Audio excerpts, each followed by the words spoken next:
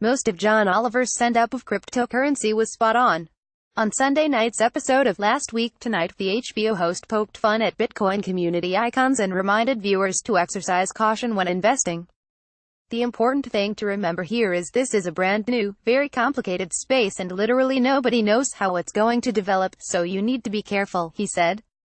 Oliver's explanations of blockchain technology and the nascent cryptocurrency industry were generally accurate, and the notes of caution were appropriate.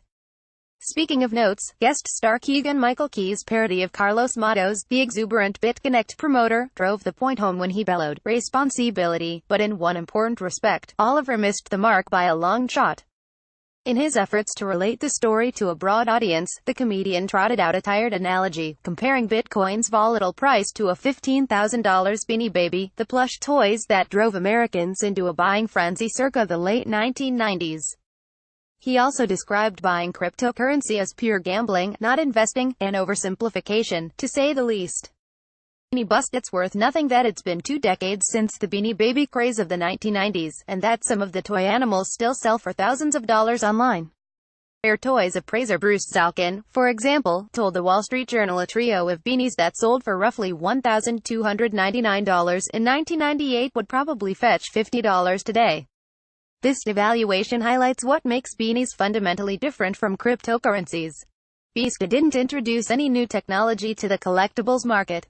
Aside from unique traits such as color, these toys have generally remained the same over the years. By comparison, Bitcoin offered the building blocks for the blockchain technology boom sweeping the globe. This technology is being applied to everything from medical records to real estate transactions and derivatives. Cryptocurrency itself already has diverse use cases, such helping sex workers safely store wealth despite discriminatory banks. Some entrepreneurs, like Korean beauty entrepreneur Sunny Park of Munich Skincare, accept cryptocurrency to help international customers avoid costly conversion rates and credit card fees. A digital asset research report in 2017 went so far as to estimate current Bitcoin use cases would make the currency worth around $2,074 without speculation. Even if that's well below the current market price, it sure as Satoshi ain't zero.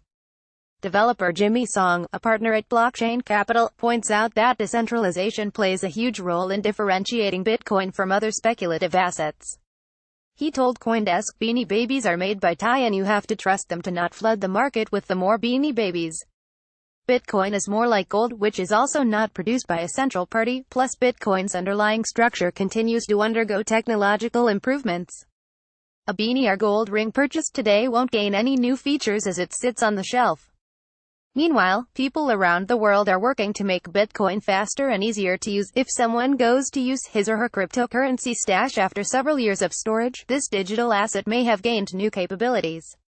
It may even offer access to additional tokens deposited by an airdrop, such as when Bitcoin owners claimed free Bitcoin Cash tokens after the Bitcoin network fork. These users passively collected new tokens just by owning Bitcoin.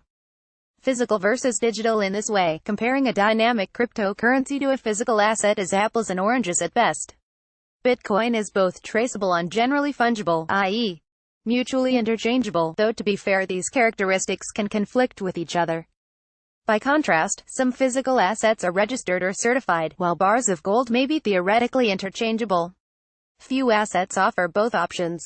Song pointed out how Bitcoin's characteristics differentiate it from other assets. Besides decentralization, these properties include fungibility, portability, durability, verifiability and divisibility. Clearly, Beanie Babies vary in quality, even among the same exact toy. They must be shipped and can get damaged. They are certainly not divisible to smaller units, he said. Blockchain-based collectibles like the Ethereum-fueled game CryptoKitties have much more in common with beanies. They are valued for their rare traits and primarily used for entertainment or trading. Yet, even digital kitties offer potential beyond their soft and squishy predecessors. People can breed their CryptoKitties to create a new digital asset, which is obviously impossible with physical collectibles. Bryce Bladden, communications director at CryptoKitties Genesis Studio Axiom Zen, told CoinDesk, personalization, interactivity, extensibility, these are all things possible with things like crypto collectibles. All things considered, the only thing beanies have in common with Bitcoin is scarcity. As for the gambling comparison, cryptocurrency is an extremely risky investment, as Oliver rightly pointed out. But depending on the buyer, it is not necessarily a roll of the dice, because expert insight can decipher which cryptocurrencies have functioning use cases. The rest may indeed turn out to be collectible fluff.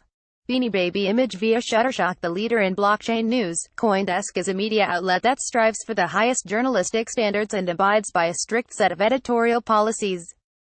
CoinDesk is an independent operating subsidiary of Digital Currency Group, which invests in cryptocurrencies and blockchain startups.